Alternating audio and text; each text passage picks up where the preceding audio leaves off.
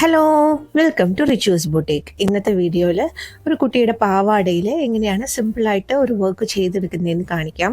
അപ്പോൾ ടോപ്പുമായിട്ട് അതേ കളറിലുള്ള ലേസിൻ്റെ തുണിയാണ് ഞാൻ എടുത്തേക്കുന്നത്. ലേസിൽ പൂവിൻ്റെ ലേസാണ് എടുത്തേക്കുന്നത്. അതിലേക്ക് കോർത്ത് കൊടുക്കാനായിട്ട് കുറച്ച് സ്റ്റോൺസ് കൊടുത്തിട്ടുണ്ട്. അപ്പോൾ ഫസ്റ്റ് തന്നെ നമ്മൾ ഈ സ്റ്റോണുകൾ ഓരോ ലേസിൻ്റെ പൂവിൻ്റെ നടുക്കുള്ള ഹോളിൽ കോർത്ത് കൊടുക്കുകയാണ് ചെയ്യുന്നത്. അപ്പോൾ അത് ഇതുപോലെ വെച്ച് നന്നായി സ്റ്റിച്ച് ചെയ്തെടുക്കണം. ആ ലേസിലേക്ക് തന്നെ സ്റ്റിച്ച് ചെയ്തെടുക്കണം. ഒട്ടിക്കുമല്ല, നമ്മൾ സ്റ്റിച്ച് ചെയ്തെടുക്കായിരിക്കും. കാരണം ഹോൾ ഉള്ളതുകൊണ്ട് ഒട്ടിച്ചാൽ കറക്റ്റായിട്ട് വരില്ല. സോ ആ ഹോളിൻ്റെ ഇടയിൽ കൂടെ ആ ഒരു സ്റ്റോൺ നന്നായിട്ട് തുന്നി പിടിപ്പിച്ച് വെക്കണം. അപ്പോൾ 4 ഡയറക്ഷനിൽ നിന്നും 4 പ്രാവശ്യമായിട്ട് എടുത്ത് തുന്നാനുള്ള ചെറിയ ഒരു ഹോള് ആ ഒരു ബീഡിലുണ്ട്. അതുകൊണ്ട് അതുപോലത്തെ രീതിയിൽ തുന്നിയെടുക്കുക. നല്ല ടൈറ്റായിട്ട് തന്നെ 4 സൈഡിൽ നിന്ന് ഇതുപോലെ തുന്നിയെടുക്കണം. 4 സൈഡിൽ ചെറിയ തുളയുണ്ടാവും. ആ തുളയിൽ കൂടെ നമ്മൾ നീഡിൽ ക്രോസ് ചെയ്ത് കൊടുത്തിട്ടാണ് ഇതിനെ കറക്റ്റായിട്ട് തുന്നി പിടിപ്പിക്കുന്നത്. ഇപ്പോൾ ഈ ചെയ്യുന്ന പോലെ എല്ലാത്തിലും തുന്നിയിടുക. എല്ലാത്തിലും എന്ന് വെച്ചാൽ എല്ലാ പൂവിലും ഇതുപോലെ തന്നെ തുന്നി കോർത്ത് പാക്കിൽ കെട്ടിട്ട് കൊടുക്കുക. നിങ്ങൾക്ക് ഇതുപോലത്തെ വർക്ക് ചെയ്ത് കിട്ടാൻ താല്പര്യമുണ്ടെങ്കിൽ ഞങ്ങൾ കോൺടാക്ട് ചെയ്താൽ മതി. വർക്ക് ചെയ്ത് കൊറിയർ ചെയ്ത് തരുന്നതാണ്. ഇപ്പോൾ ആ ഒരു പൂവിൽ ചെയ്തു. ഇനി ആ പൂവ് ചെയ്ത പോലെ തന്നെ അടുത്ത പൂവിലേക്കും ചെയ്തെടുക്കണം. ശരിക്കും ടൈറ്റ് ആവാനാണ് എല്ലാ സൈഡിൽ കൂടെയും കോർത്ത് കൊടുക്കണം എന്ന് പറയുന്നത്.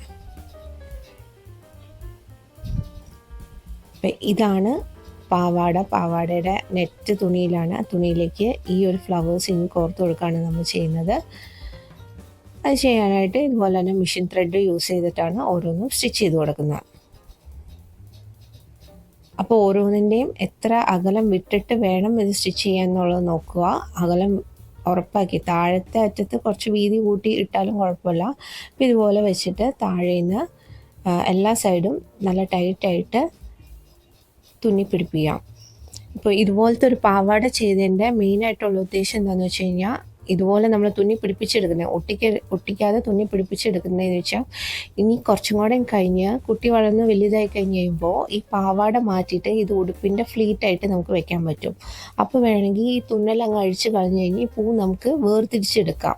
അപ്പോൾ അന്നേരം ഏത് കളറിലുള്ള ഡ്രസ്സിലേക്ക് വേണോ ആ ഡ്രസ്സിൻ്റെ ഫോമിലേക്ക് നമുക്ക് ചെയ്തെടുക്കാം. അപ്പം അങ്ങനെ 2 യൂസിന് വേണ്ടിയിട്ടാണ് ഇതുപോലെ തുന്നി പിടിപ്പിക്കുക. ഒട്ടിക്കാതെ നേരെ തന്നെ തുന്നി പിടിപ്പിക്കുക. ഇപ്പം എല്ലാവരും എളുപ്പത്തിന് ഒട്ടിക്കുകയാണ് ചെയ്യുന്നത്. ഒട്ടിക്കുന്നതിനേക്കാളും നല്ലത് ഇതുപോലെ തുന്നിയെടുക്കുകയാണെങ്കിൽ ഇങ്ങനത്തെ ഉപയോഗങ്ങളുണ്ട്.